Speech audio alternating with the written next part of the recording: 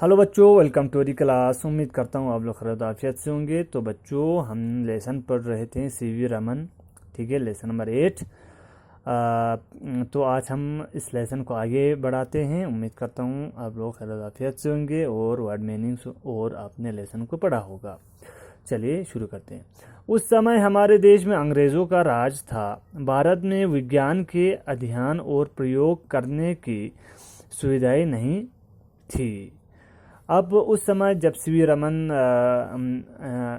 रमन का जो समय था, उस समय क्या था, अंग्रेज़ों का राज था इंडिया पे, ठीक है। इंडिया हमारा जो कंट्री था वो आज़ाद नहीं था, सऊदी नहीं था। तो भारत में विज्ञान के अध्ययन और प्रयोग करने की सुविधाएं नहीं थे, ठीक है। ताकि किसी चीज़ के ऊपर एक्सपेरिमेंट कर सके, पढ़ सके, ठीक है। रामन को विवश होकर विज्ञान का क्षेत्र छोड़कर लेख विभाग में नौकरी करनी पड़ी। अब रमन जो है वो विवश होना मानी नीचे आपको दिया हुआ है लाचार होकर उन्होंने क्या किया, लेख विभाग में नौकरी करनी पड़ी उनको, ठीक है। अकाउंटेंट बनना पड़ा उनको, ठीक है। अपनी योग्यता के बल पर वह महालेखाकार जैसे उच्च पद पर पहुंच गए। अपने वो योग्य तो था ही, ठीक है, सीवी रमन, और उसी के बल से उन्होंने क्या किया, अकाउंटेंट जनरल का उस पद पर उन्होंने काम किया। इस पद पर अच्छे वेतन मिलता था और सम्मान भी था। पर रमन के मन में तो वैज्ञानिक बनने की धुन लगी हुई थी। इस पोस्ट पर क्या था, ये जो पोस्ट था बहुत अच्छा पोस्ट था और सैलरी भी बहुत अच्छे मिलते थे। लेकिन रमन का जो मन था वो तो सिर्फ वैज्ञानिक बनने की वो सोच रहा था कि मैं ये काम को उसमें उसको रुचि नहीं आ रहा था, ठीक है, और वो वैज्ञानिक बनना चाहते थे। वह अपने खाली समय में विज्ञान का अध्ययन तथा प्रयोग करते रहते थे। अपने खाली समय में क्या करते हैं, वो अपना विज्ञान जो साइंस की पढ़ाई है वो पढ़ते हैं, ठीक है, और एक्सपेरिमेंट करा करते हैं।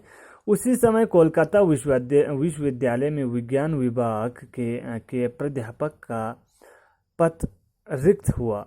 अब उसी समय क्या हुआ, कोलकाता कोलकाता यूनिवर्सिटी में विज्ञान विभाग के प्रोफेसर का लेक्चरर का क्या हुआ, पद जो है वो खाली हुआ।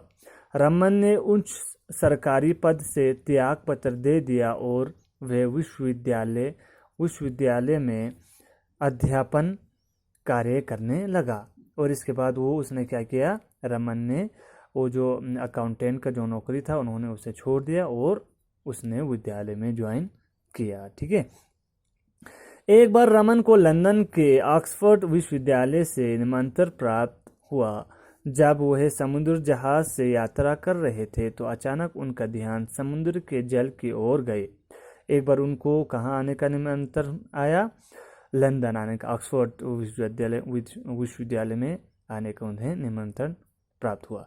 तब वो समुद्री जहाज से जा रहे थे, यात्रा कर रहे थे, तो अचानक उनका ध्यान समुद्र के जल पर गया, पानी पर गया। वह सोचने लगे कि समुद्र का जल नीला क्यों दिखता है। अब वह सोचते हैं कि समुद्र का जो जल है, पानी है, नीला क्यों दिखता है। कई वर्ष तक उन्होंने इस बात पर अनुसंधान किया और अंत में इसका कारण खोज निकाला, ठीक है। बहुत समय तक उन्होंने क्या किया, उन्होंने इस चीज़ पर, समुद्र का पानी नीला क्यों होते उस पर अनुसंधान किया, खोज किया, और आखिरकार उन्होंने उसका कारण निकाला कि पानी नीला क्यों होता है। इसी खोज ने उसे पुरस्कार दिलाया, ठीक है। इसी खोज ने उन्हें नोबेल पुरस्कार दिलाया, ठीक है। इस खोज को रमन प्रभाव के नाम से जाना जाता है। इस खोज को रमन प्रभाव के नाम से भी जाना जाता है, रमन इफेक्ट।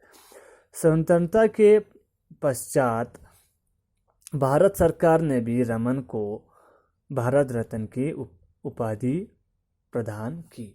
इसके बाद उसको नोबेल पुरस्कार भी मिला और भारत सरकार से भारत रत्न भी उनको दिया गया। ठीक है, तो आज हम यहाँ तक रखेंगे बच्चों। कल हम इसका शॉर्ट आंसर और ये पढ़ेंगे। उम्मीद करता हूँ आप लोग को समझ में आया होगा। अगर फिर भी किसी को कुछ क्वेरीज है तो आप मेरे से कांटेक्ट कर सकते हैं। So stay at home, stay safe, thank you.